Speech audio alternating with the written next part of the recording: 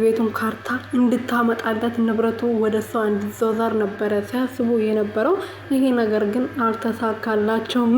የመጥፎ ሰዎች መጨረሻ እውነት መቼም ተደብቃ እንደማትቀር ሁላችንም እናውቃለን። ለጊዜው ልናመልጥ እንችላለን ከዛ ነገር ወይም ደግሞ ያን ነገር ልንጠቀመው እንችላለን። ግን ተጠቅመን እስከ መጨረሻ ድረስ እንደማንዘልቅ ሁላችንም ይሄን ነገር እናውቃለን። በህይወታችንም ብዙ ነገሮች ስለሚያጋጥሙ ማለት ነው። እንደዛም ሆኖ እንግዲህ መቲ ለብዙ ጊዜያት ስትዋሸው ስታታልለው ከርማ ነበረ። እንደዛም ሆኖ አቤል ግን አሁን በመጨረሻ ነቅቶበታል ማለት ነው። ብዙ ጊዜ ስልክ ሲደወልላት ሜሴጅ ሲገባላት አጎቴ ነበረ ስትለው የነበረው እና አሁን እንግዲህ ሜሴጅ ልክ ሲገባላት ምንድነው ብሎ ሲጠይቃት አጎቴ ነው ብላ ነበር የመለሰችለት። ግን ሜሴጅ ውስጥ ያነበው ደግሞ አጎት የሚጽፍና ባል የሚጽፈው በደንብ ታውቃላችሁ ይለያያል።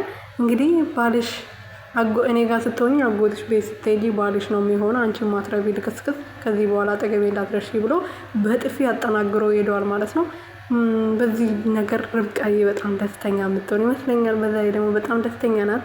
በአቤል በብዙ ነገር ተሰቃይታለች። መቲ ብዙ ነገር አርጋታለች። ቆሻሻ ደፍታባታለች። ያለ ጥፋቷ ተደብድባለች እና አሁን በመጨረሻም ደስተኛ ትሆናለች ብዬ ተስፋ አደርጋለሁ። ምክንያቱም አቤል በድብቅ እያፈቀረችው ለብዙ ዓመታት ተሰቃይታለች። በመጨረሻም ደግሞ እሱን ለማግኘት እንግዲህ ሰራተኛ ሆና እሱ ቤት ገብታ ነበርና እሱ ቤት ገብታ እንግዲህ ታገኘዋለች። ይሳካላታል ብዬ ተስፋ አደርጋለሁ። እናንተስ ምን